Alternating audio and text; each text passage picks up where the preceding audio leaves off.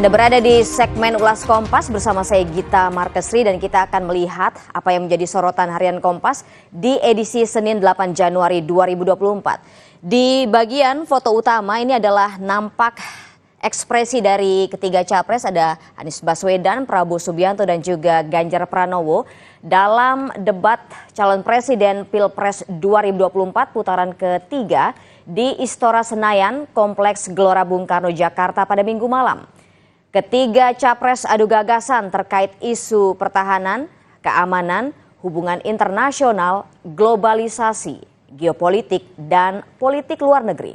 Sementara judul besar yang ditulis oleh harian Kompas menyoroti beda gaya komunikasi tiga capres yang semakin terlihat.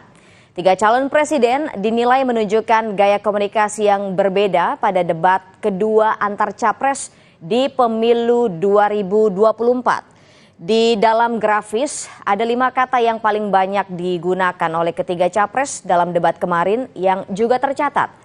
5 kata yang paling sering diucapkan oleh capres Anies Baswedan adalah Indonesia, pertahanan, negara, kekuatan, dan ASEAN.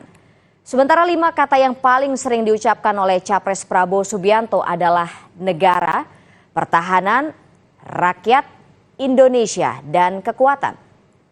Kemudian 5 kata yang paling sering diucapkan oleh capres Ganjar Pranowo adalah pertahanan, data, negeri, negara, dan Indonesia. Kemudian di halaman lain, di halaman 15, ini harian Kompas juga menyoroti soal lain, saudara, yakni kendaraan curian disimpan di gudang TNI Angkatan Darat. 2 prajurit TNI Angkatan Darat diduga terlibat dalam pencurian kendaraan bermotor. Ironisnya, ratusan kendaraan curian itu disimpan di gudang TNI AD di Sidoarjo, Jawa Timur. Kedua terduga pelaku pun ditahan polisi militer Kodam Brawijaya. Pemeriksaan kedua prajurit ini merupakan tindak lanjut dari penyelidikan dan pengungkapan tim gabungan Polda Metro Jaya dan Pomdam, di mana terungkap keberadaan 264 kendaraan bermotor hasil curian.